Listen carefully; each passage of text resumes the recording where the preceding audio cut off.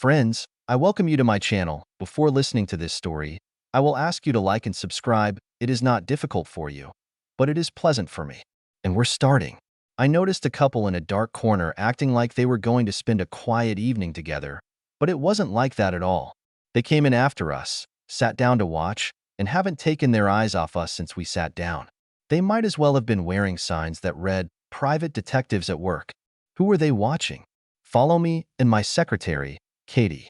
In fact, Katie was more of a personal assistant than a secretary, and she always accompanied me when I was out of town on business. My wife's boyfriend thought Katie was more than that, and he was trying to figure it out for sure. He was trying to get information that he could pass on to Jean so that she could divorce me and get a large sum of money. Obviously, she hadn't told him why she couldn't do it. That morning, Katie and I flew to Dallas Airport to attend meetings with representatives of Milgard Industries, and we expected to stay there all night. I was sure I saw a blonde couple watching us in the baggage claim area at the airport. Jin's boyfriend would have shelled out more money if he'd been watching us when we left town, but what he didn't know was that he was wasting his money. If I had used Katie on the table in front of a photojournalist, and they had taken a picture, and he had given these pictures to Jean, she would have given him a beating and probably kicked him to the curb. Katie and I have finished dinner. I called the waiter and asked him to bring the bill.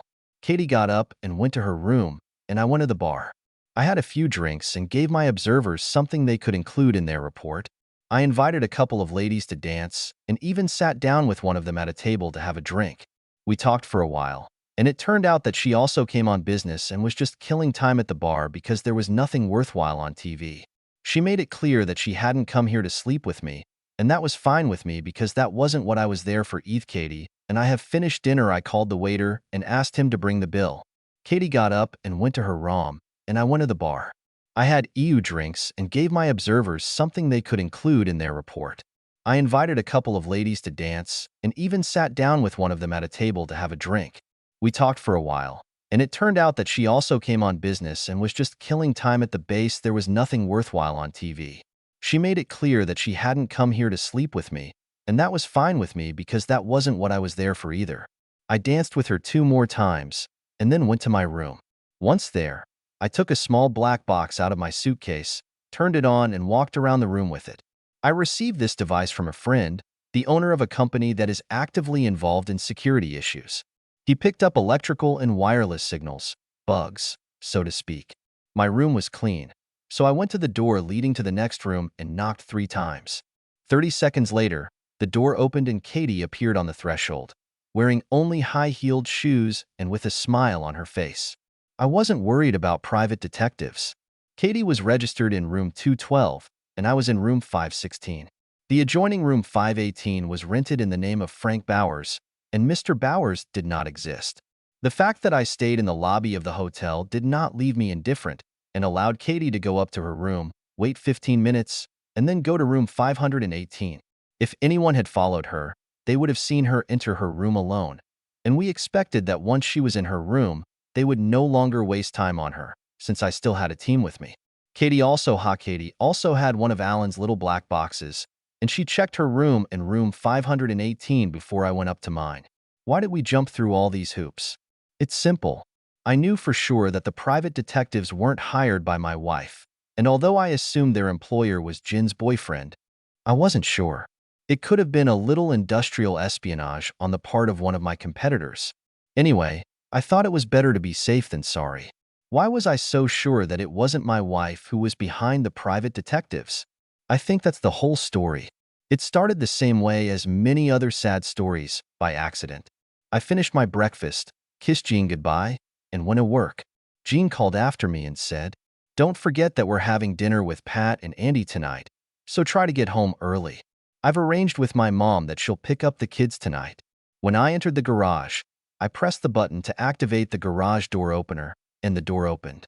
I got into the car, backed. When I entered the garage, I pressed the button to activate the garage door opener, and the door opened. I got into the car, backed out of the garage, and headed down the driveway. As I backed out onto the street, I reached out and pressed the button on the garage door remote control, but the door wouldn't close.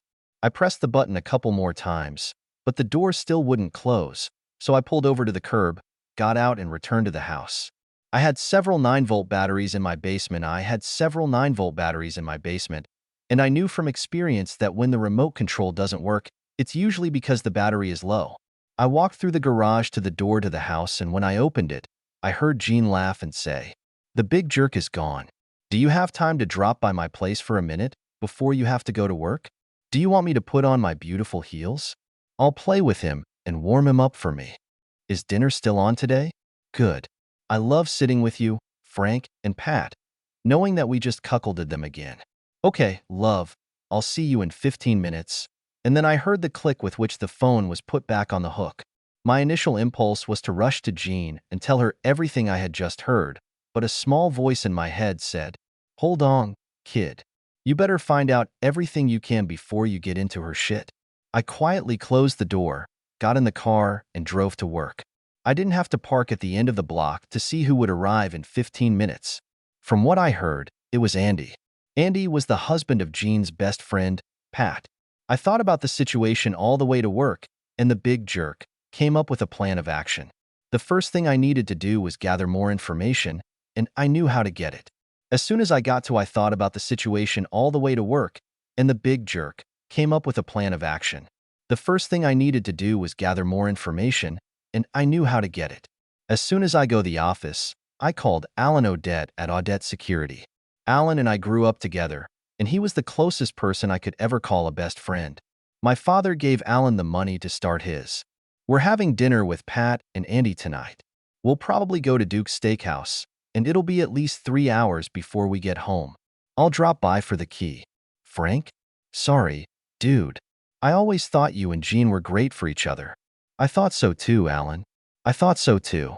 My problem is to keep from rushing across the table to Andy and grabbing him by the throat.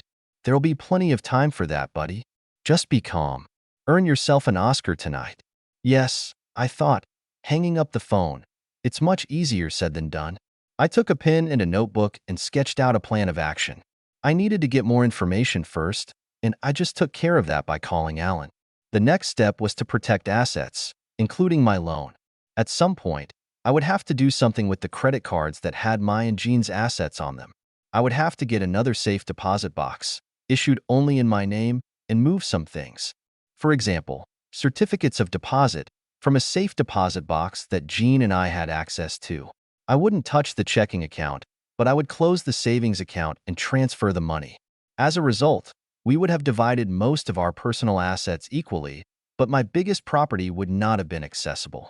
When we got married, Jane had to sign a strict prenuptial agreement that prevented her from ever getting a part of the family company. My great-grandfather founded the company and passed it on to my grandfather, who in turn passed it on to my father. It was privately owned and eventually passed to me. Great-grandfather, grandfather, and my father wanted the company to always remain in the hands of the family, and that's why Jean had to sign a prenuptial agreement. The third point consisted of a single word: revenge. I didn't specify anything in this section. I've had time to think about it, but that would be cruel. I promised myself that. It's really going to be cruel. I was clearing my list when Katie came in and reminded me that I had an appointment for lunch with John Crossfire from Crossfire Manufacturing. Do you want me to come with you? I think so. Make good notes. The Crossfire can be a boon for us. When she came out of my office, I watched her ass move, and as always, it had an effect on my lower body. I must admit, I loved women. I was completely loyal to Jean, but I liked looking at beautiful women, so I hired many of them. When Katie came for an interview, she was hired as soon as she crossed the threshold. I didn't care if she could type or even spell. She was a walking dream, and I wanted her in my office where I could look at her all day.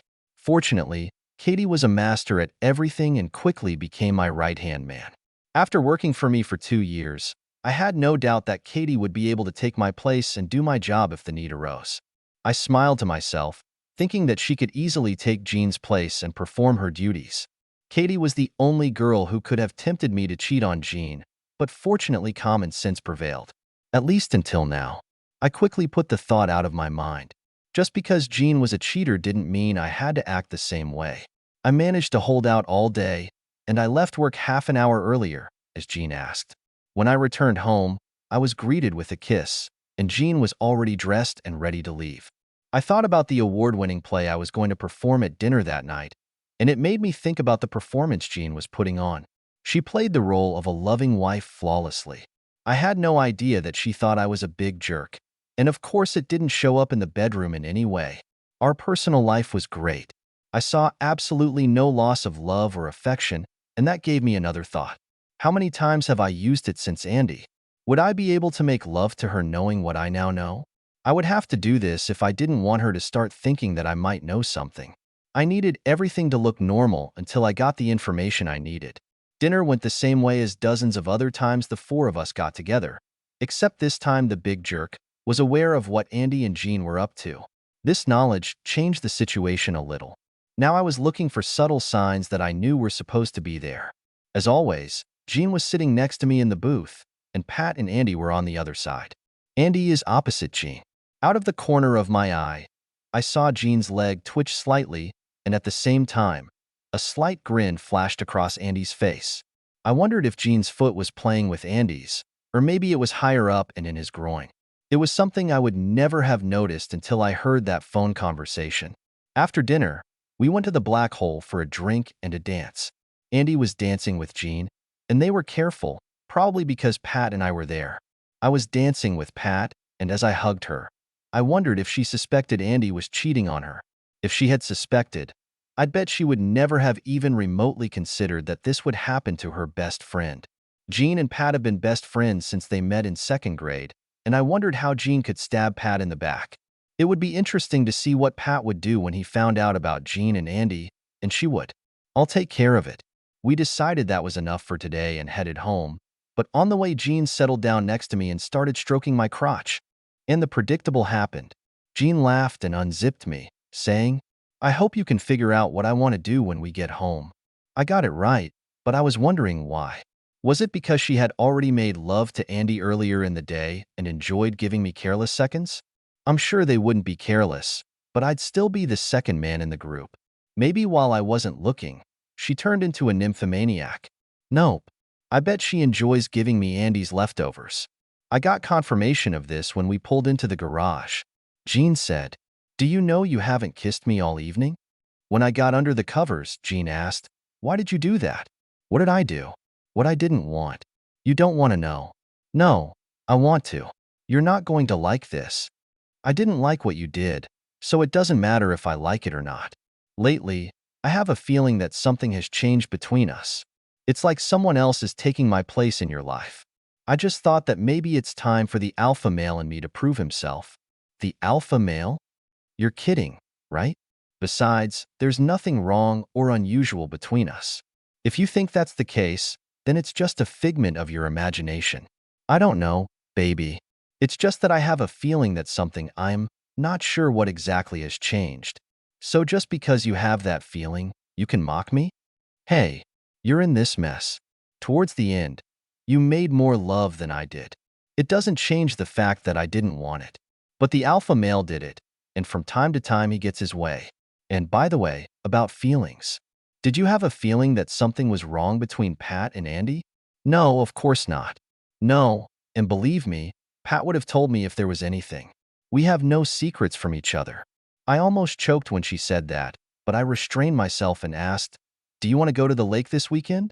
That would be great. The kids love it there. Okay, then plan ahead. She was still too mad at me to snuggle up, but I was glad she didn't. When I came to the office in the morning, Katie came over and said that Alan had called and that he would like me to call him back as soon as I get back. We received a bonus last night. Alan said when I called him. There was a mobile phone on the kitchen table charging, and since I know that you never part with yours, I decided that it was Jean's phone. I installed a bug in it, so now her mobile, your home phones, and her car are tapped. I need to show you where the hidden camera switch is in the master bedroom so you can be alone with yourself when you're there. Have they been checked? Of course. You're a disgusting alpha male. Did you spot that? Oh yes. They are wireless and activated by motion and sound.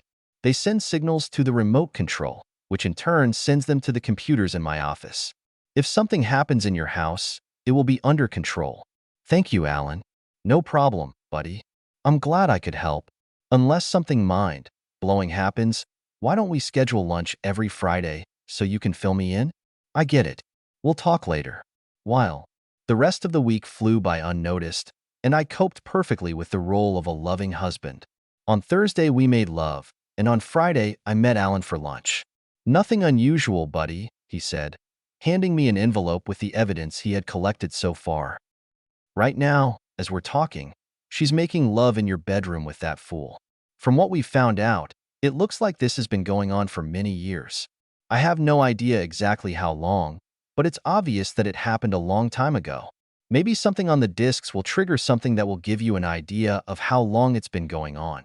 On the other hand, they did not plot your death, although they planned a divorce for both of them. There have been no details yet, but it looks like they are waiting for some financial results. They won't get anything from me. I have a reliable prenuptial agreement that covers the most important issues. I don't know, buddy. Perhaps it will be found out in the next couple of weeks. They're sure they're covering their tracks, and that neither you nor his wife suspect anything, even though you caused her trouble that night when you were the alpha male. When she talked to him the next day, she told him what had happened and said she was worried that you might suspect something. He convinced her that the whole point was that you were an insecure husband who felt the need to assert himself. Have you decided what you're going to do? Not yet. I need a hell of a lot of information before I make a decision. I want you to keep collecting it, but could you somehow set it up so that I can access the information without waiting for Friday dinners? No problem. I can provide you with surveillance footage from the house, but not information about bugs in your phone and car. Do you want it to be at home or in the office? In the office. I don't want to risk her discovering anything that would lead her to believe that I know what she's doing. Alan pushed a small box towards me. These are bugs that you can put in her handbags. If she is like most women, she has one or two favorites that she always uses. I returned to the office and, since I had a clear schedule, went down to the conference room, took a cart with audiovisual equipment, and drove it to my office. The cart was equipped with a large screen TV and the necessary equipment for playing cassettes, CDs, and DVDs. I told Katie that I didn't want to be disturbed unless it was a disaster, and then I got comfortable to look at the CDs Alan had given me. There was nothing interesting in the phone records except Jean's concern about my performance as an alpha male. It was mostly negotiations about meeting times and exchanges of phrases like, "I miss you," and "I can't wait to see you again." The video sequence was boring. After watching them together, I thought that I used her much better than he did. There was one thing that made me especially angry. It turned out that Jean didn't like love with me only because she gave it up to Andy almost every time they were together. In fact, she apologized to him for giving me something that should have belonged only to him. The only thing I expected to see, but did not see, was that I was defeated. When I heard them call me a big jerk in an overheard conversation, I expected them to shit on me. I haven't learned anything this week that could tell me why and when they got together. The weekend was loveless, as Jean, the kids, and I slept in a tent by the lake. On Monday, I was too busy to check the surveillance footage from home, and on Tuesday, I took a short day trip, which did not allow me to find out how Jean was doing. On Wednesday, I checked the channel from time to time, but I didn't catch anything. It had to be a success because Andy was a real estate salesman and could leave his office and visit Jean whenever he wanted, and I couldn't sit glued to my computer all day. I managed to catch them finishing dressing on Thursday, but I would have to wait for Friday lunch with Alan to find out what they were talking about. Jean wanted to make love on Thursday night, and I came to the conclusion that she liked to treat me to Andy's leftovers. If I was right, she made love to Andy on Tuesday because she wanted to make love on Tuesday night. When I had lunch with Alan, he told me that the week had been pretty boring. They met on Tuesday, as I expected, and of course, it happened the day before. How long are you going to continue? You already have enough information to kick her out. That's probably true, but I'm hoping to get some information that will give me an idea of when and why they started. I'm curious to know what they're waiting for financially before they go through with the divorce. Let's wait a couple more weeks, and if we don't have anything by then, I'll get it over with. Jean wanted to make love that night, and I began to notice a pattern. She wanted to make love on the nights she spent the day with Andy. On Saturday, she told me that she was going to go shopping for clothes and asked if I would mind looking after the children. Of course, I didn't mind, and we had a fun day together. Jean came home around 7 with a bunch of bags and parcels, so I think she did do some shopping, but that night she wanted to make love. And it showed that she didn't spend all her time shopping. Since I found out about her and Andy, With the exception of my alpha night, I haven't made any attempts to start a beautiful dance with Jean. I was just following her example. I was wondering if she would notice it sooner or later, and if so, if it would make her think. I decided that from time to time I needed to be the first to start doing something. So on Sunday evening, I took the first steps and said, "Not today, dear. I've had a bad day, and I just want to go soak in the tub." It was the first time. I've never refused her before. That night I did something that I had been putting off for a long time because, to be honest, I wasn't sure I really wanted to know. After Jean and the children fell asleep, I got out of bed and went to the children's rooms. I carefully opened their mouths and ran a swab over the inside of their cheeks. The next day, I took them to the lab to do a DNA test and said I would pay extra for the accelerated results. That night Jean wanted to make love, so I assumed she had been with Andy the day before. This was confirmed the next morning when Alan called me. "We have something. They met yesterday, and I think you need to watch this before Friday. I'll mail it to you." At 10:15, I had a CD in my hands, and I headed to the conference room to use the audio-video equipment. As usual, love was boring, but the conversation while they were getting dressed turned out to be instructive. "How much longer will it be before we can get a divorce?" Jean asked. "Nothing has changed since the last time you asked. Pat will only have access to her trust fund when she turns 35, and that's still 2 years away. Do you have any news? Is Frank's father already close to handing over the company to Frank? It's unlikely. The old fart is healthy as a bull. Well, since you can't get anything out of Frank, we'll have to wait until Pat turns 35. Why don't we just tell it to go to hell and get it over with?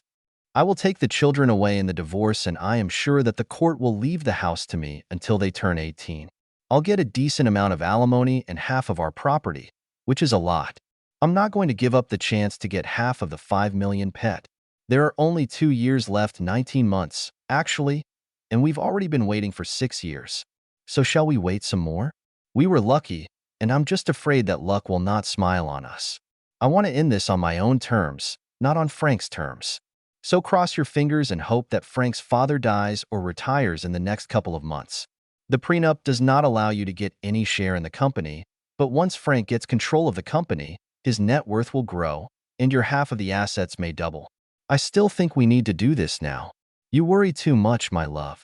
We're going to be fine. I unplugged the disc, and then I heard, "You poor guy." I turned around and saw Katie standing there. "Sorry, boss, I didn't mean to interrupt, but the door was unlocked, and I needed to remind you about your afternoon meeting with Gilmer from Apex Products. How long have you been standing there?" "Almost from the very beginning. You were so engrossed in watching that you probably didn't hear me come in. When I saw you watching, I should have left quietly, but I couldn't tear myself away." "How long have you known?" "Much longer than I wanted. This stays between us, right? You know me, boss. You know I'll have your back. What are you going to do?" "I'm not sure yet. I need a little more information before I make a decision. If there's anything I can do, just let me know." "Okay. Thank you, Katie." When I took out the disc, a plan began to form in my head. There were problems with this, but if they could be solved, it could work. The next week passed, and on Thursday I stopped by the lab to see if they had the DNA results, and I got them. According to the tests, the children were mine. It changed the plan I was working on, and this information gave me the impetus I needed to do something about it. I was going to attack through the back door if I could do it. I would have sunk them, and they wouldn't even know that I did it. The hardest part was sitting next to Pat and not letting Andy and Jean find out about it. The only way I could do that was to catch Pat alone. Fortunately, I had a way to do it. Pat was a middle-level manager at the company we worked with, and I sometimes went to see them. When this happened, I usually went to Pat's office and offered her lunch. I really didn't want to do this to her, but she needed to know what kind of jerk she was married to, and she needed to know about his plan to cheat her. I arrived at Milford Manufacturing at 11:15 a.m. and talked to Marv, the purchasing agent, and then stopped by Pat's place. "Do you have time for lunch?" "With you?" "Anytime." We got into my car and drove away. When she saw me heading away from the restaurants, she asked where we were going, and I told her it was a surprise. She looked at me in confusion when we pulled into my assigned parking spot at work, and I told her that everything would clear up in just a few minutes. I led her into the conference room, having previously warned Katie not to be disturbed in any case. I locked the door and said, I hate being the one who does this to you. And you may never want to talk to me again, but it needs to be done. Why should I stop wanting to talk to you? Previously, messengers who brought bad news were killed. Bad news? The worst. Absolutely the worst. I inserted the CD into the audiovisual device and pressed play. The screen lit up, and Pat saw Andy using her best friend. She stood stunned, and then said, This is some kind of joke, isn't it? I shook my head negatively. I removed the disc and inserted another one. Andy and Jean were in the 69th position on that CD, and I said, I've accumulated this garbage for 3 weeks, and I probably wouldn't tell you about it until I decided what I was going to do, but yesterday it happened, and I felt that you need to know so that you can decide what you want to do. I turned off the CD I was playing and inserted the one Alan had sent me. She looked at it and then said, That pathetic bastard fool. That vile, two-faced, blood-sucking fool. And this fool. I would die for her. And then she broke down and began to sob. I hugged her and tried to comfort her, even though I knew it was impossible. I had just destroyed her world and I knew exactly how she felt. It sucks, honey, and I know it. But now the question is, what do we do about it? What are you going to do? I was thinking about doing nothing and just letting things run their course until the kids turn 18. If I divorce this cheater, she gets the kids, and I stay a part-time father. And your jerk husband will live with them and have a big influence on their growing up. As soon as I found out about their plans for you, I had to rethink everything. I should have let you know while you still had time to do something. What do you mean? You have almost 2 years before you get the money. I do not know what is on your mind. Maybe you love this worthless bastard and want to fight for him.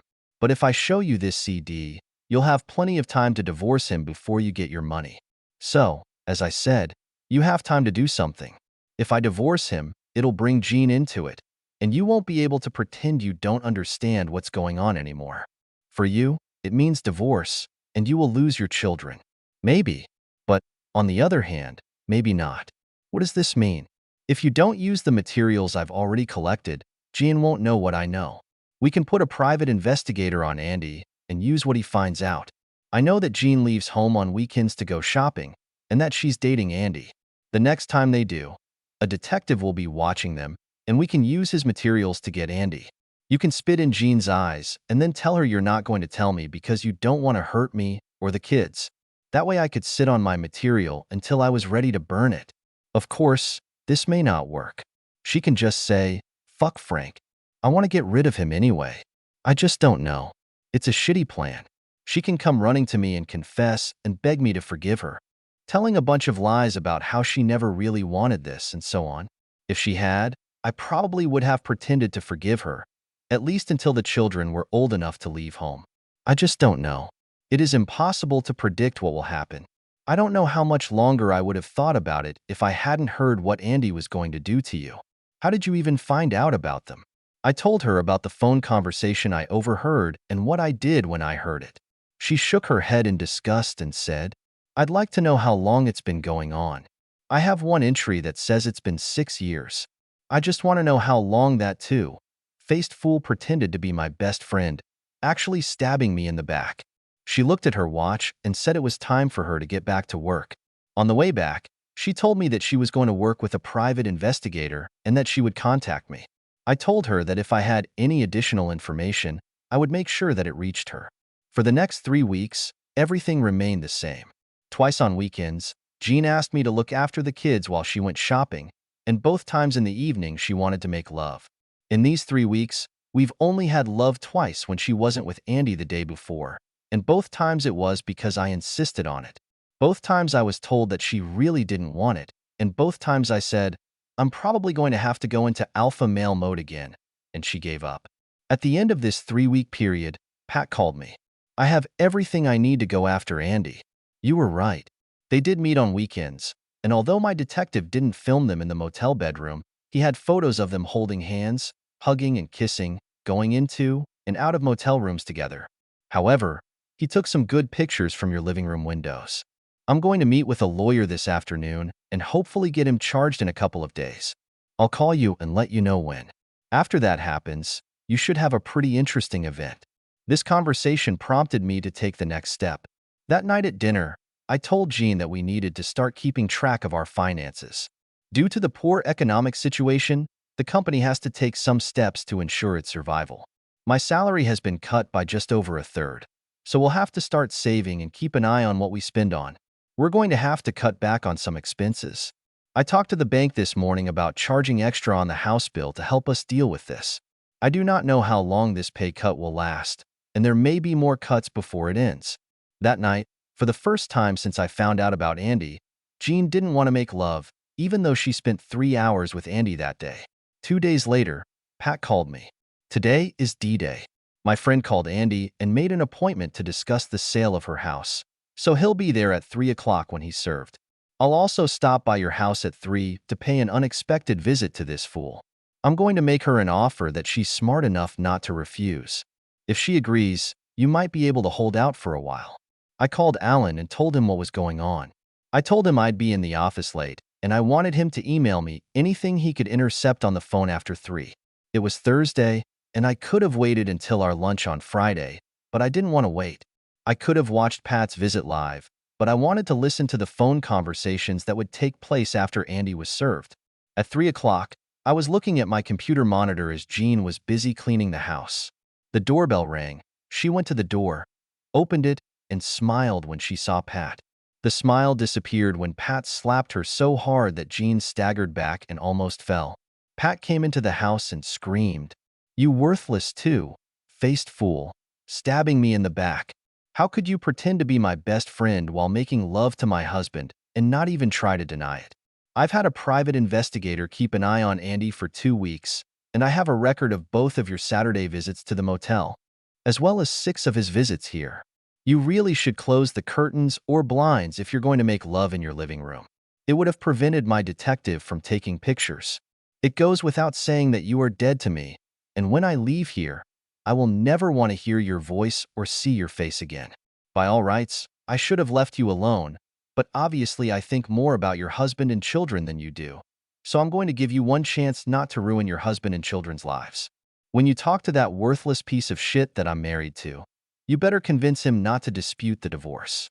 If you don't convince him and he resists, I'll make sure Frank gets copies of everything I have." She stood staring at Jean for a few seconds, and then she said, "I still can't believe you did this to me," and then she turned and walked out. Jean rushed to the window and saw Pat getting into his car and pulling out of the driveway. I saw the anguish on her face when it dawned on her that she had just lost her best friend, and I couldn't help but wonder at her thoughts. Of course, she couldn't help but know that she would lose Pat as her best friend when she was dating Andy. If she was upset about losing her friendship with Pat, why did she even start making love to Andy? I turned off the live stream and went back to work. If I had continued to watch, I would have heard only her lines of the phone conversation she might have been having. I just waited until I had listened to both sides. I didn't have to wait long. Alan called at 4:40 and said he had something interesting and would send it right away. 20 minutes later, I was listening to Jean and her lover. "Hello? It's me. We have a problem." "I know. Do you know? Pat was here half an hour ago. She knows about us." "I know. I've just been handed divorce papers and a restraining order. I think you need to prepare for your meeting with Frank, because I'm sure she'll bring him up to speed." "Maybe not. After she hit me, she said she wouldn't tell Frank if I could convince you not to contest the divorce. How could I challenge him? I am indifferent to her. And there are photos and all that. I don't know. All I know is that she told me that if I talked you into not resisting, she wouldn't tell Frank anything. I'm not going to fight, especially when I know I can't win, so it looks like you're safe. If Pat was telling you the truth, why would she lie? A woman who is despised and all that. Maybe he'll give you a false sense of security so that you'll be shocked when Frank tells you about it. Anyway, it changes everything. How? We don't have to wait for her to get her trust fund. What we need to do now is focus on getting as much out of Frank as possible. It might not be that easy. According to Frank, we're in financial trouble right now. The economy is so bad that the company has cut Frank's salary by a third, and he is negotiating with the bank to refinance the house so that everything goes on as usual. What are we going to do? I don't know. I was counting on what I could get from Pat and what you could get from Frank to make things right. I don't have a backup plan. I will hardly be able to provide myself with what I earn at the agency. The economic downturn has seriously undermined the real estate market. I think you're going to have to stay with Frank until the economy improves, or I figure something out. I'll call you later. Will I see you tomorrow? What is it? She asked. I don't know. Now that I don't have a pet income to supplement my own, I'm going to have to work much harder trying to find listings for houses. I won't be able to relax as much during the day as I used to. We'll figure something out. Just give me some time to figure it out. I was smiling when I turned off the disc. It's time for the next step. One of the things I learned from Alan was that in his business he had met and befriended some rather dubious individuals. By questionable, I meant that some of their actions were illegal and honest, and some of them were willing to do almost anything if they had the right money. I called Alan and told him what I wanted, and he told me it was doable and that he would call me back. 2 hours later, he called me back, giving me his name and phone number. 3 hours later, a deal was struck in the back room of a bar on the east side of town, and I was $2,000 poorer. I called Pat on her cell phone, warned her, and headed home. When I returned home, knowing that Jean hadn't seen Andy that day, I insisted on love and got what I usually got on days when she wasn't making love to her lover. Not today, Frank. I had a really bad day. You know, Jean, lately I've been getting pretty tired of hearing you say that every time I want to make love. I'll tell you what, I don't care, and I grabbed a pillow from the bed and went to my home office to sleep on the leather sofa. The next night, I would have gone back to the bedroom, but the love with Jean was over. She would have to beg me before I would do it again. But I wasn't going to give up. No, I wasn't going to refuse. The next morning, on my way to work, I stopped and bought one of those alternative newspapers. Well, you know those, which have a lot of advertisements for clubs, adult theaters, adult bookstores, and the like. I was going to make a list of services, check out a few of them, and see if I could come up with something with one of them. I was making a list when the phone rang. It was my dad, and he asked me to come up to his office. I went up to the 4th floor and entered his large corner office. Myrna, his secretary, motioned me in. I was surprised to find my mother in the study with him. Are you ready to try your hand at running a company? Why do you ask? How are you? Your mom and I have decided to go on a 3-week cruise, and depending on how things go, it could last 5 to 6 weeks, maybe longer. When I took a week off, you were left in charge, but it was more like a caretaker role than a case manager. This time you're going to do it all by yourself. Make all the decisions. Put out all fires. Can you handle it? When should I start? We're flying to Florida on Friday night, so when I leave the building on Friday, everything will be in your hands. Good. While you're both here, I need to fill you in on some things. I told them all about my situation with Jean and how I lied to her about getting a pay cut and maybe even having to increase the lie. Whenever she is near any of you, I need you to support me in how much the economy is hurting the company. But the company is doing well. I know, but I'm trying to make her think that after the divorce she won't get much. Divorce will cost me my children, and I don't want that. I will try to keep us together until the children are old enough to choose which parent they want to stay with, or until they are old enough to start living on their own. We'll help in any way we can, my dad said. I can't believe Jean did this, my mother said. I've always had a good opinion of her. Who do you want to see as the head of your department while you run the company? I think I'll give Katie a chance. Do you think that's wise? She didn't have much to do. Oh, to hell with it. I said you'd be in charge, so I'm not going to interfere. When I returned to my office, Katie followed me. She pointed to the middle of my table and asked, "What is it?" She was pointing to a newspaper page advertising agencies and to my list lying next to it. She won't let you, and you're looking for a replacement? That's half true. I'm not using it, not the other way around. Why are you looking for a professional to take her place? I have needs, and I'm not the type to hang around bars looking for a one-night stand. The solution to your problem is much closer. Wow. And what could it be? She started unbuttoning her blouse and said, I'm sure you'll figure it out. I did so, and in less than a microsecond. It took me a little longer to get up and lock the door. By the time I closed the door, Katie was already lying on her back on my desk, without panties, with her legs spread wide and a "come here" smile on her face. She was hot. She was wild. She wrapped herself around me and used me. When we straightened up, I asked, "Why?" I've been in love with you since the day I started working for you. I wanted you so much that I was ready to scream, but you were happily married, and I'm not a separation girl. It was unrequited love until I saw that CD you were watching. Since then, I've just been waiting for my chance. I was waiting for an opportunity when I could express my wishes, and today the newspaper on your desk gave me this. You might want to buy a sofa for your office, because your desk is not that comfortable. Are you saying this isn't a one-time deal? I really hope that's not the case. Do you see yourself as the next Mrs. Englewood? No, at least not yet. I think we'd be damn good for each other, but outside of work and our communication here, I don't know anything about you or you about me. Based on what just happened, I would say that we are lovingly compatible, but a relationship is more than just good love. I'm curious to know if there's anything else between us. Well, don't flatter yourself. It may take me a while to get rid of the first Mrs. Englewood. 10 years. Actually, now I'm thinking about staying married to this fool until my children grow up. I don't want to lose them in a divorce. 10 years? We should have enough time to figure out if we're right for each other. When can we do it again? I don't think we want it to become a habit for us to do it here at work, and I'll need to sort something out before we can do it somewhere else. Besides, you might be too busy and we won't be able to meet again for a while. Why would that be? What is it? She asked.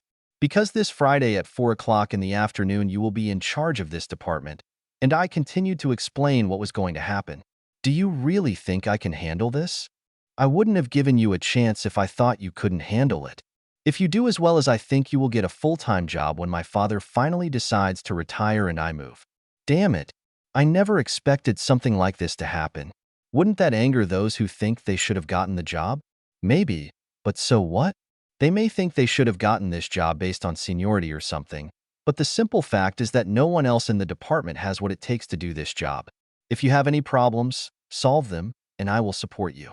She was silent for a couple of moments, and then said, You've never been to my apartment. Would you like to come in and see my prints? Do you have any prints? She just smiled, and I said, How about I take a look at them tomorrow? Maybe we can leave work early so I have more time to look at them. All right, boss. When I got home, Jean had already cooked dinner, and we hardly spoke to each other. At the table, the children mostly told us about their day at school. After dinner, I helped Marianne with her homework, and then spent some time in the basement workshop working with Jamie on a model aircraft carrier that he was assembling. After the kids went to bed, I spent an hour in my home office looking through the contracts I had brought home to study. Jean was already in bed when I arrived. Pulling the blanket over me, I turned my back on her. It was supposed to get her attention, because even on those nights when we weren't making love, I always snuggled up to her. I knew she wouldn't initiate love because Andy didn't come in that day. If everything had gone according to plan, it would have been a long time before she would have tried to make love, especially if Andy had used her, and that was what it took to provoke it. As for me, I was never, in any case, going to try to do anything.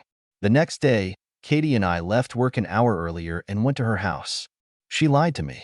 She didn't have any prints, but she managed to show me something, and it took me until 8, after which I had to go home. I called Jean and told her I'd be working late and asked her not to bother cooking dinner for me. When I got home, I played with the kids until it was time for them to go to bed, and then watched TV for about an hour before going to bed. It all happened again like last night. No hugs, and although I didn't watch the live broadcast from home that day, it was obvious that Andy wasn't around, since Jean didn't make any attempts to start anything. At 10 o'clock the next morning, Pat called me. It helped my heart. Of course, I have no idea what you're talking about, but please, call me. Maybe we'll have dinner together sometime. I would love to. I'll be in touch. Half an hour later, Alan called and simply said, Everything is ready. I know. His wife just called me. She must have received a call from the hospital. I'd like to ask, but I think I'll wait until I find out about it through the usual channels. I don't want to show that I know too much. Bullshit. It may take weeks. It looks like he was attacked and decided to resist. A bad move on his part. 2 shattered knees, a broken elbow, a broken nose, and a couple of knocked-out teeth. And from what I've heard, whoever robbed him hit him in the crotch so hard that he'll probably lose at least one testicle. Oh, my God. What a misfortune. Yes, that's right. When I got home that night at dinner, I said, Jean's face paled slightly, and I continued. I stopped by Milford to talk to the purchasing agent, and while I was there, I invited Pat to lunch. I also asked her if she and Andy would like to come to the barbecue on Sunday. Why didn't you tell me she kicked him out? She was silent for a while, and then she said, I thought I said that. I must have been busy with something else and missed it. I can't believe it. Why would Andy cheat on a woman like Pat? She is smart, witty, and looks beautiful. I would be interested to know what he thinks could be better. Anyway, I invited her to visit and said that we would like to cheer her up, but she refused. Strange. She has never, at least in my memory, refused our invitations. It must really hurt her if she does that. Did she tell you who the other woman was? No. She was too upset to talk about it. Well, sooner or later it will come out. After dinner, I played Monopoly with the kids until it was time for them to go to bed, and then I read a little before going to bed. I was in bed when Jean joined me.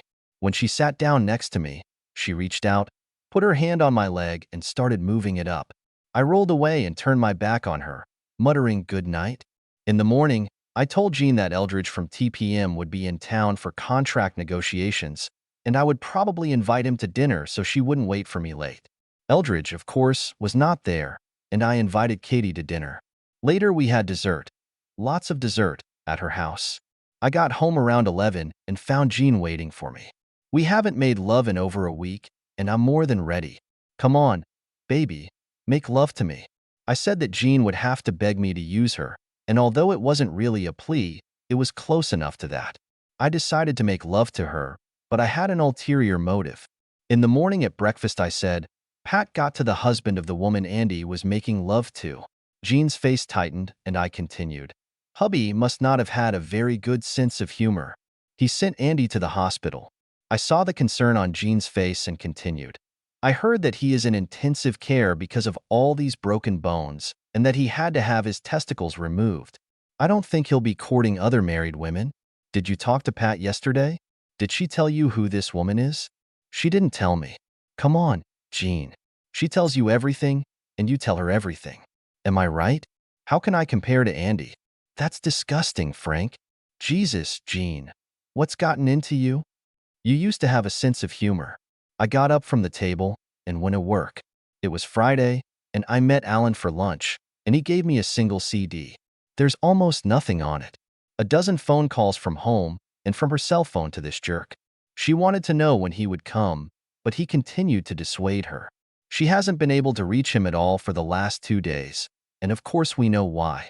She called the real estate agency half a dozen times, but all she got was that he wasn't at work. She tried to call him on his cell phone, but of course he's not answering. Now she knows why. At breakfast, I told her that I had heard that he was in the hospital and badly injured. I told her that Pat must have gotten to the husband of the woman Andy was making love to, and that woman's husband went after Andy. I think, in principle, it's true. He grinned and said, her husband was behind it. We both laughed, and Alan asked, what now? It depends on Jean. I'm not going to tell her what I know. I'm going to stay with this fool until the kids turn 18, and then I'm going to kick her out. Of course, she may have other ideas. She was so unhappy with me that she got together with Andy just to get it over with.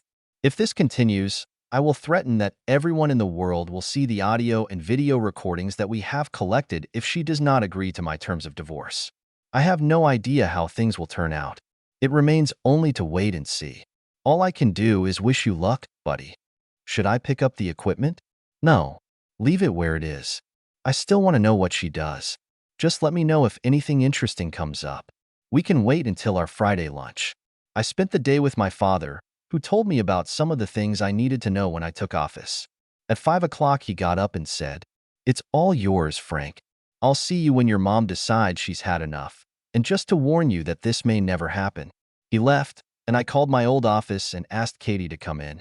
Myrna left home at 5, so Katie's arrival wouldn't have caused any gossip, although there shouldn't have been any. After all, I was in charge, and Katie was in charge of one of my departments. It would be quite reasonable for me to call my subordinates to my office. Katie came in and asked, did you call, boss? Yes, I did. There's something missing in this room, and I thought maybe a woman's opinion would tell me what's wrong. I already think I know, but I need a different opinion. A woman's opinion? She looked around and then said, the color of the walls should be brighter. Is that all? Is that the best you can think of? She shrugged her shoulders, and I said, I'm disappointed in you, Katie. The first thought that came to your mind should have been, I've never been laid on this table. She smiled and started unbuttoning her blouse. When I got home, Jean seemed out of sorts, and I figured it was because her lover was in the hospital and was in pretty bad shape.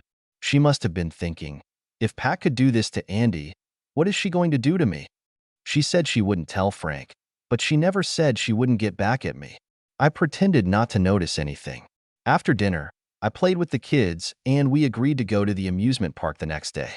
Jean was in bed when I went upstairs, and when I lay down next to her, neither of us made any attempt to snuggle up to each other. The next day, Jean refused to go to the amusement park with us, citing ill health. The kids and I had a great time at the park, and when we got home, Jean wasn't there. She returned about an hour later with a couple of pizzas she had bought on the way. I just didn't feel like cooking tonight. I'm not feeling well, so I'm going to bed. The next 5 days flew by, and Jean and I, in fact, just lived in the same house. Neither of us made any attempts to talk to each other, except for phrases like, "What would you like for dinner?" and "Don't forget to take out the trash." On Friday, when I was having lunch with Alan, he pushed a single CD across the table to me. It's nothing special. She visited him at the hospital on Saturday. I don't have a video recording, but the audio recording from the bug in her purse shows that she was crying when she left. They mostly talked about how they had no idea how fierce Andy's wife would be and wondered where she found the guys who did everything. Good news, at least, I think you'll find her nice, is that he told her that if she didn't divorce you and get a large sum of money, they wouldn't be able to carry out their plans.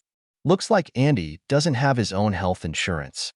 He was insured under his wife's policy, where she works, and she cut him out of her policy when she filed for divorce. He has to pay his medical bills. They are significant and growing every day. There's some video of her sitting at home crying, but other than that, there's nothing there. Then I guess they're damned unlucky because she won't get any big money from me. In fact, tonight I'm going to tell her that the family budget will have to be cut by a third, or she can give up her car. It will be her choice, but it has to be either one or the other. I have already told her that my salary has been cut by a third due to the bad economic situation and that there may be more cuts. How long are you going to keep doing this? It depends on Jean. She can leave whenever she wants, and there's nothing I can do about it. The no-fault divorce laws in this state don't give me any leeway, but if Jean doesn't get off the ship, I intend to hold out until the kids are old enough to live on their own, or old enough to choose which parent they want to live with, if the divorce will happen after all. Well, I've said it before and I'll say it again. Good luck, buddy. When I got home, I asked Jean if she had talked to Pat, and she said no. Isn't that weird? I don't remember a day when you two weren't talking. She must be very upset about what Andy did to her.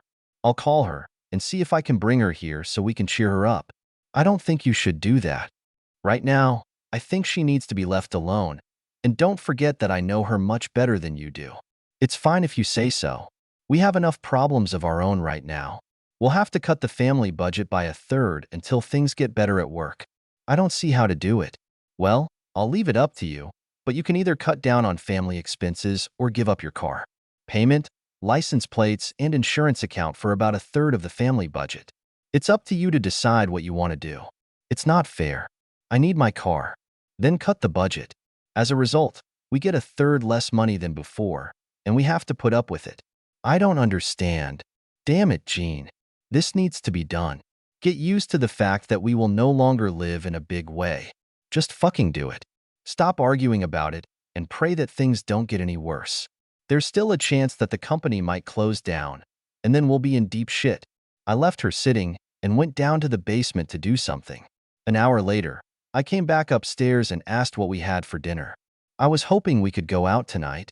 Jesus Christ, woman, have you lost your brain completely? I just finished telling you that we have financial problems and we need to cut our budget. Remember those words, Jean. Budget, budget, budget. She ran out of the room in tears, and I smiled and started cooking dinner. When everything was ready, I called the children from the game, and over the meal we talked about how their day at school had gone. They asked where their mom was, and I told them that mom wasn't feeling well. Did something happen to her? Is that why she's resting in the bedroom? After dinner, I played with them until they went to bed, and then went to the bedroom. Jean was awake when I entered the room. She looked at me and said, "You didn't have to talk to me like that." Yes, I did. This garbage, "let's go out for dinner," showed that you don't take seriously my words that we have less money, and we have to adjust accordingly. This brings us back to the family budget or your car. Make your choice by Sunday evening and let me know, or I'll make the choice on Monday. I slipped under the covers, turned my back on her, and fell asleep with a smile on my face. I had no doubt that she would prefer the budget to the car, but I had a small hope that she would not tell me anything by Sunday evening, and on Monday I would get rid of her car. She was silent at breakfast, so the conversation at the table was between me and the children. I asked them what they wanted to do that day, and when they didn't say anything, I suggested, "How about we go to the park?" Jean, thinking that by the word park, I mean an amusement park, spoke up and said, "I thought we were supposed to limit the budget?" It gave me the opportunity to tease her again. "The park is free, Jean. You don't have to pay to use the swings, slide, or gym in the park." I spent half a day in the park with the kids, and then we went home and I did some work in the yard before dinner. Dinner was held in silence. The children were exhausted, and Jean apparently had nothing to say. After dinner, I watched some TV until I felt ready to go to bed. Jean was already there and asleep, or pretending to be asleep, which was fine with me. On Sunday morning, I said that I needed to go to the office and look through the books to see if there was any way to reduce our costs and remain competitive. An hour later, I was buried in Katie's arms, and she begged me to be tougher with her. Of course, I tried. That evening, Jean gave me the answer I expected. She was going to leave her car and work on budget cuts. She was cold to me, and I guessed that she wasn't thrilled that I called her brainless, and that was fine with me. As long as she was cold to me, she wouldn't try to make love, and I wouldn't have to justify why I couldn't or didn't want to do it. On Monday morning, I went to the bank and opened a new account in my name only. At work, we received our salaries by direct transfer, and I transferred the check deposit from our joint account to my new account, and then arranged for the automatic transfer of 2/3 of my check deposit to my joint account with Jean. That day, Katie and I had a meeting at the Hilton Hotel with representatives of Matheson Manufacturing, and after the meeting we went upstairs and spent a very pleasant hour before returning to work. Shortly before the end of the working day, Alan called me. "I have something you need to hear right now. Can you stop by my place on the way home?" "I'm on my way. I'll see you at 10. When I got to his office, he invited me into his office and offered me a seat. All I have is the data from her purse. She visited him on Saturday and yesterday, but their conversations mostly boiled down to the fact that he insisted on receiving money, and she told him that she couldn't do it because of the reduction in your salary and the fact that you limited her budget. Today she met with him again, and the conversation turned to another plane. You won't believe it. He pressed a few buttons on his desk, and from the speakers on the locker behind him, I heard, "We have another option." "How much is he insured for?" "About $1 million. He has an insurance policy for $500,000, which he pays for, and another policy for $500,000, which he draws up at work." "Do any of them pay double insurance?" "I think both of them." "So an accidental death would have earned you $2 million? That's about what I thought." "So we need him to have a fatal accident. How are we going to do this?" "We need to think a little bit, but I'm sure if we both think about it, we can come up with something." "I don't even know where to start." "Think about it carefully, and something will come to your mind. Maybe it won't work, but maybe your idea will trigger something in my mind. Or maybe what you're thinking will work with what I'm thinking." Alan turned it off and said, "I'll give you a copy so you can listen to the whole conversation later, but I felt you needed to hear this part right away." I sat in silence for a while, and then I said, "This changes everything. The Russians had what the KGB called wet work, and right now I would really like to meet someone who could do this kind of thing." Alan looked at me for a few seconds, and then took a pen, wrote something in a notebook, and pushed it across the table to me. I read it and looked at him in surprise, and he stared back at me without any expression on his face. It was written in the notebook, 20,000 apiece. I reached out, took a pen, crossed out everyone, and wrote, "Andy." Then I returned the notebook to him and said, "Go ahead." He smiled and said, "Consider it done." That evening, when I returned home, it was difficult for me to behave normally around Jean. At dinner, the children and I mostly discussed the day. After dinner, I helped them with their homework, And then we watched their favorite DVD, The Lion King, and when it was over, it was time for them to go to bed. Jean was lying in bed, waiting for me on top of the blanket, and she was wearing nothing but a pair of beautiful high-heeled shoes. I turned on my side, with my back to her, and closed my eyes. After about 5 minutes, she got out of bed, and a couple of minutes later she returned to bed, climbed under the covers, and we fell asleep. I didn't sleep well and got up early. I got dressed and left before Jean woke up. I had breakfast at the diner and then headed to the office. Around 10 o'clock, I called Pat and asked her to meet me for lunch. Over a taco salad, I told her that I was going to tell Jean what I knew about her and Andy. I know you don't care about her anymore, but I thought I should let you know. You're right. I don't care, but how about trying to keep your kids safe? I think I can keep them. Jean likes her lifestyle too much to give it up, especially since Andy is unlikely to be able to do anything for her. She can stay and be a mom, but for this she will have to sleep in different bedrooms and pretend to be a faithful and loving wife in public. I think she'll agree with that. I have a baton that I can use against her if she doesn't. Wow. What's it? I have all the videos and audio recordings of her and Andy. She's playing my game, or the world will see what a fool she really is. How's your divorce going? He's not resisting, so a decision should be made in about 3 months. I wished her all the best and went back to work. I called Jean and told her I'd be working late and asked her not to arrange dinner for me. After work, I invited Katie to dinner, and we ended up going to her place for dessert. I got home at midnight and Jean was already asleep in bed. Again, I got up and left the house before Jean woke up. When I got home that evening, Jean's eyes were red from crying, and I found out the reason the next morning when Alan called me. I just wanted to let you know that I heard that your wife's friend's husband died yesterday afternoon. I found out that someone, probably one of the nurses, did not pump the air out of the needle when she changed one of the vials for intravenous infusion. An air bubble got into his heart, and it just stopped beating. Some people are just unlucky. You might want to tell your wife about this so she can call her friend and offer support. I will do that. Thanks for letting me know. When I got home that evening, Jean was in a very bad mood. I got home half an hour later than usual, and when I came in, she said, "Wouldn't you have died if you'd called me and told me you were going to be late?" The tone of her voice was exactly what I needed to understand what I was going to do. Don't yell at me. You've already got me. After the children go to bed, you and I will talk a little and clarify something. I walked away from her to wash the dishes before dinner and left her standing there with a stunned expression on her face. 10 minutes after I put the kids to bed, I asked her to meet me in the office. When I entered, she was sitting on the leather sofa, and I took the chair behind the desk.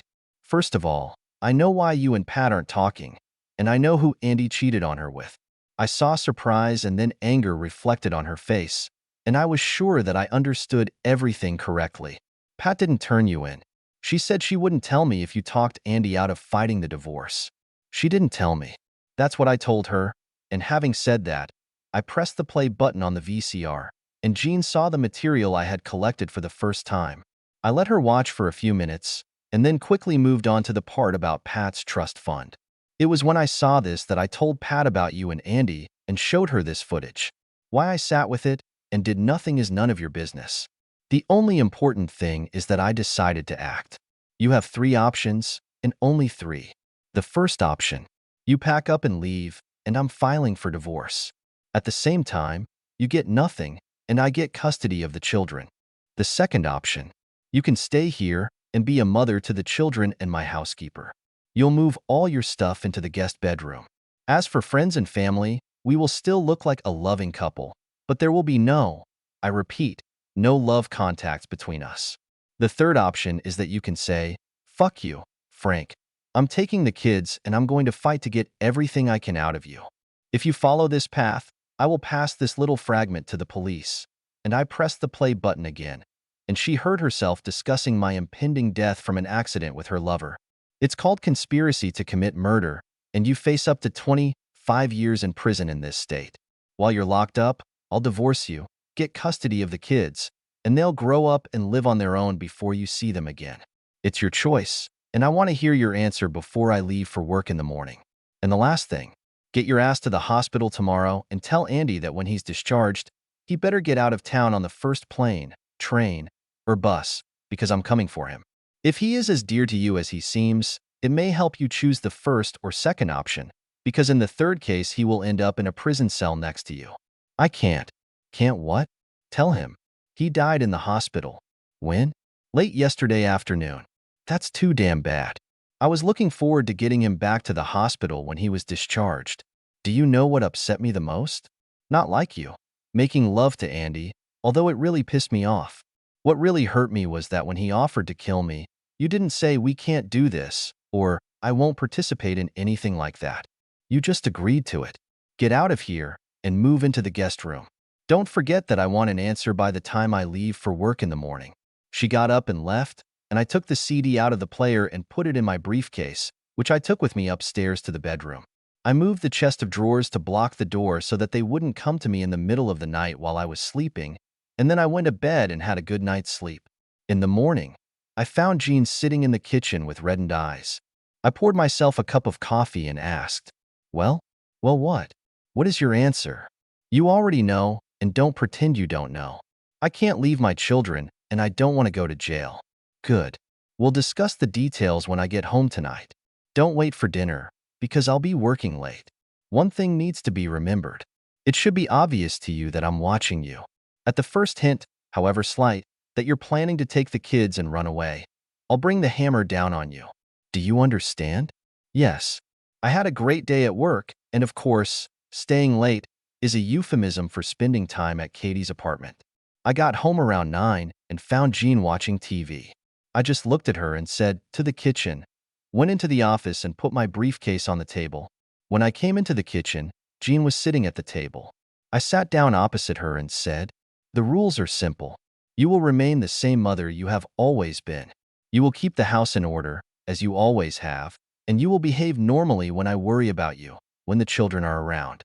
When we are in public or with friends and family, you will play the role of an attentive and loving wife. The excuse for sleeping in separate bedrooms is that I snore so loudly that you won't be able to sleep. As for your love life, I'll leave it up to you, but you'll never bring another man into this house. Whatever you do, try not to make it public and cause me humiliation. This shouldn't be a problem for you, since you have enough practice. You've managed to keep Pat and me in the dark for over 6 years. If you follow these rules, nothing will change for you. You'll still have your credit cards, access to your checking account, and your car. The only change is that you won't have a loving husband anymore, but that shouldn't matter because you didn't want him anyway. Any questions? Only one. How long? Until the children turn 18 or they start living on their own. What then? Who knows? It's still 10 years away, and a lot can change by then. You can also choose the first option anytime you decide what you want. I'll even soften it up a bit. I'm paying you $5,000 for every year you last, and if you last at least 5 years, I'll buy you a new car that you can drive away in. That was 7 years ago, and everything turned out well. To all observers, Jean is a devoted wife and mother. She had a few boyfriends, but she kept them all a secret, and I doubt any of our friends and family know about it. Except for my parents, of course. I told them all about her affair with Andy and my current relationship with her, but I never told them the story of how I persuaded her to agree to this relationship. Her current boyfriend takes her seriously enough to assign a private investigator to me, but I do not know how seriously she takes him, and I am not going to ask. Dad announced that he was going to retire next year and hand over the management of the company to me. When that happens, I'll probably make some changes. Maybe I'll leave Jean alone and just visit her. Another option I'm leaning towards is a house on 5 hectares with a guest cottage next to a 4-car garage. I could buy it, quietly divorce Jean, and let her live in a guest cottage so she would be closer to the children. I think Katie might like that. She didn't say anything, but I know she'd like a more permanent relationship, and for that matter, I'd like one too. Well, we'll see in a year. End.